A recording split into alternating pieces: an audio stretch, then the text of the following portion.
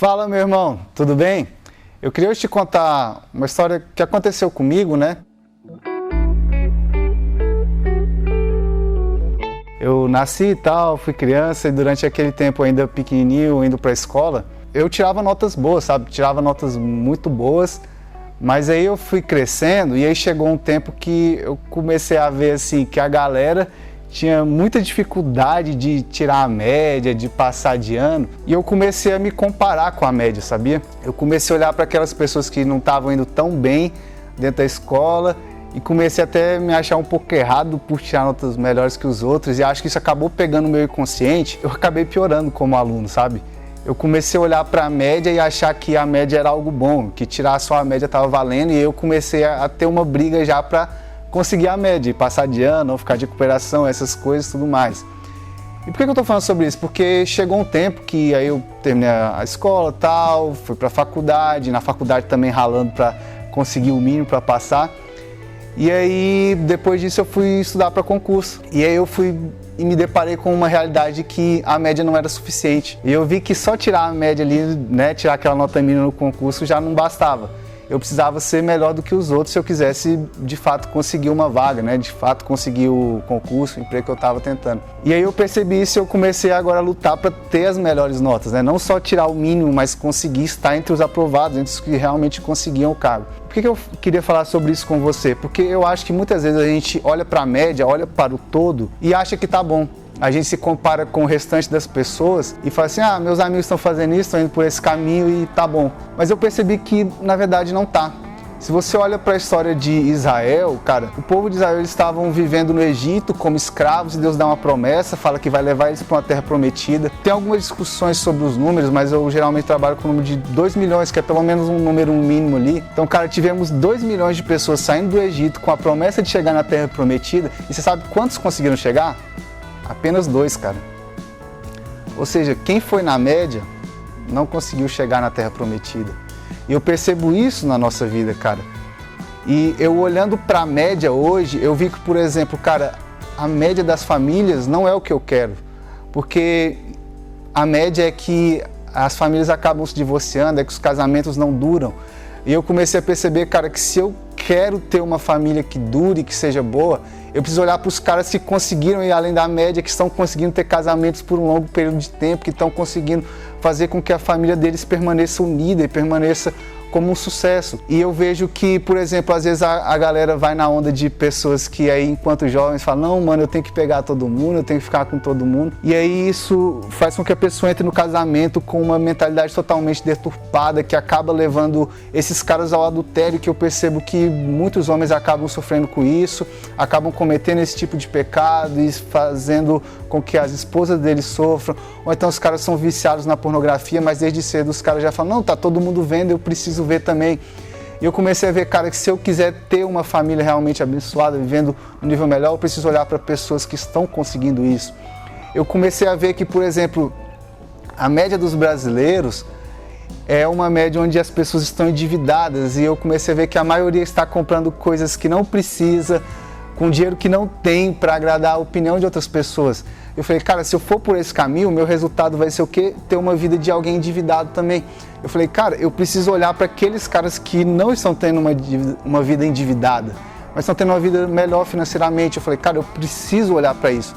E quando eu olho para a vida espiritual, por exemplo, eu percebo que tem grandes homens que fizeram uma mudança no mundo, e eu até te recomendo um livro chamado Os Heróis da Fé, que foi um livro que eu li, e ele fala a história de 20 homens que conseguiram impactar a geração deles, levar a palavra de Deus e obter grande êxito pregando a palavra de Deus. Só que o que acontece com esses caras? Eu percebi que eles todos tinham pelo menos uma vida de oração de pelo menos 2 horas por dia. Os caras gastavam pelo menos 2 horas de oração por dia.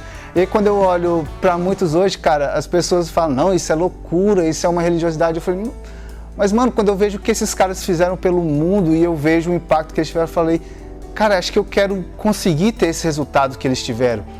E tem nesse livro um homem chamado George Miller, que foi o que mais me impactou, eu vendo a vida de oração dele, vendo como ele conseguiu viver pela fé.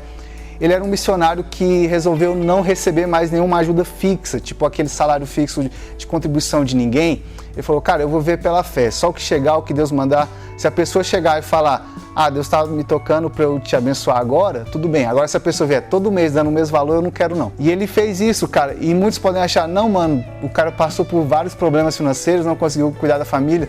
Mas a verdade é que isso não aconteceu. O que ele fez, na verdade, foi que ele conseguiu criar vários orfanatos e sustentar várias crianças simplesmente com a fé dele, que Deus sempre levantava alguém que ajudava. Chegava caminhões de pães levando alimento para o café da manhã das crianças e coisas assim várias vezes. Ele conseguiu ver pela fé. Eu falo, cara, se eu quero ter uma vida de oração impactante, eu preciso olhar para caras assim. Se eu quero ter um ministério impactante, eu preciso olhar para esses caras e ver como eles conseguiram.